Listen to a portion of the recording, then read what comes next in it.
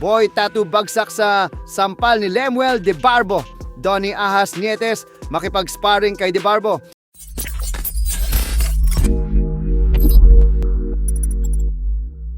So matapos masaklap na pagkatalo ng Dash Pirate Lemuel De Barbo at bigong masungkit ang WBA Asia Super Featherweight title kung saan round 3 lang hininto na po agad ng referee yung laban. At dahil nasa Pinas pa rin po si Lemuel De Barbo, nagkaroon ng pagkakataon na magkita sila ng street fighter vlogger na si Boy Tattoo. At dito nga po ay nag-face off silang dalawa. Agad nagkaangasan at muntik na nga pong banatan ni Boy Tattoo itong si Lemuel De Barbo. Agad po kasing dinampian ni Boy Tattoo ng kamao ang baba ni Lemuel. Tinapik naman po ni Lemuel yung kamay ni Boy Tattoo.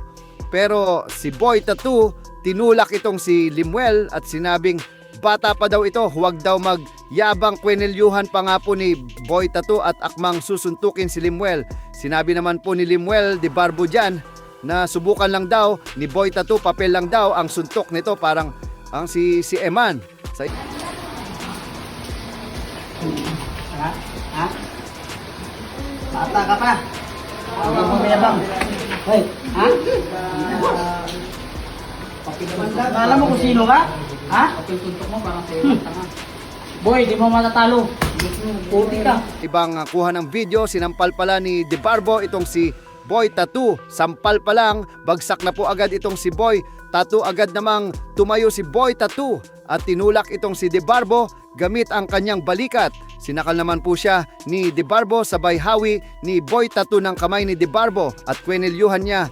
Ito, sumisigaw nga po yung mga tao sa paligid na face off lang daw yan, sa ring na lang daw silang maglaban.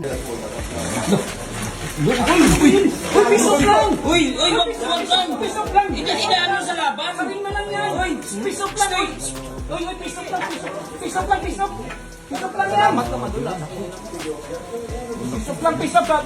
Okay na yan! Okay na yan! Ay, saring na lang! Saring! So baka magkaroon po ng exhibition fight yung dalawa na yan kapag nangyari yan. Kaabang-abang din po yan. Tiyak na marami din ang manunood di dyan kapag natuloy po yan. Samantala, binunyag naman nga po ng Pinoy boxing legend, former 4 na division champion Donnie Ahas Nietes sa kanyang official Facebook page na inaad umano siya ni Lemuel De Barbo. Kaya naman napatanong si Nietes kung ano daw ba ang balak nito, kung bakit inaad siya.